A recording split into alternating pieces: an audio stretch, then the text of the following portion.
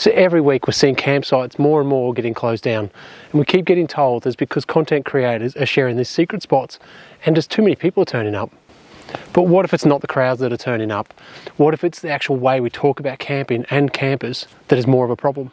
So there's a bit of a trend on YouTube at the moment, particularly online in general, and you've seen it, I guarantee you've seen it. Worst campsite ever, rubbish left behind, you know, grots, pigs, etc. But here's the thing, we've travelled this country for many, many years, and I can honestly say 99% of the campsites we go to are amazing. So the question is, through all of this controversial titles, etc., are the race for clicks making campers look like more grubs than they actually are? Now don't get me wrong, bad behaviour happens, we've all seen it sadly. Damage to bush camps, rubbish left behind, toilet paper, things like that. It's disgusting. But for every trash campsite, there's hundreds and hundreds of ones that have been well looked after and cared for. We've camped in some of the most remote locations in Australia, and we've been blown away with how well things are looked after. Most campers are very respectful, they keep the sites clean, and they take everything away. So let's talk about why this happens. Look, content creators know what gets clicks. If you post a title like, "We had a lovely night, great camp, everything was beautiful," and everything like that, guess what? No clicks. But if you post something negative like,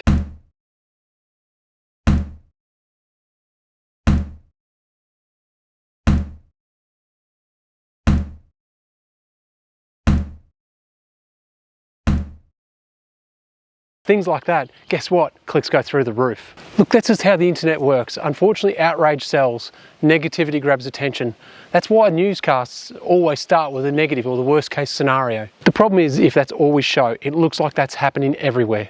So what do you think the people at the council and the park managers think when they see this in the social media? They scroll through YouTube and social media and they see another campsite trashed, rubbish left everywhere, all this sort of stuff. It's going to have an impact whether you like to think that or not. So if you were in charge of campsites or national parks, what do you think you would do? Even if 1% of people, if that, are actually trashing campsites, the online presence, it looks like it's way worse than that. And when that happens, what's the easy solution? Shut the park down, reduce access. Look, we've all seen it. We've seen it in South Australia particularly, but it's happening everywhere. And the question is, social media, titles, etc., is it actually causing or playing a huge part in this? So here's the thing, are content creators responsible for closing camps down? Maybe.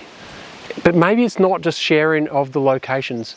Maybe it's the framing of the story that we're telling. So are they telling the truth about camping, or are they just feeding that machine that wants drama and outrage?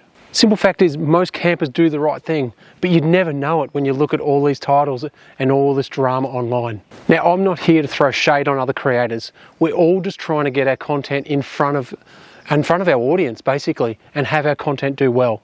So as content creators, maybe it's time that we start thinking about the stories we tell and how they can potentially shape and impact management of campsites. So the question is, do you think it's content creators oversharing secret locations, or do you think it's them potentially overhyping the bad stuff? I'd really love to know and have your feedback in the comments below. Remember, keep it respectful, and let's have an open conversation about this and try and make things better. Anyway, catch you on the next one. Bye.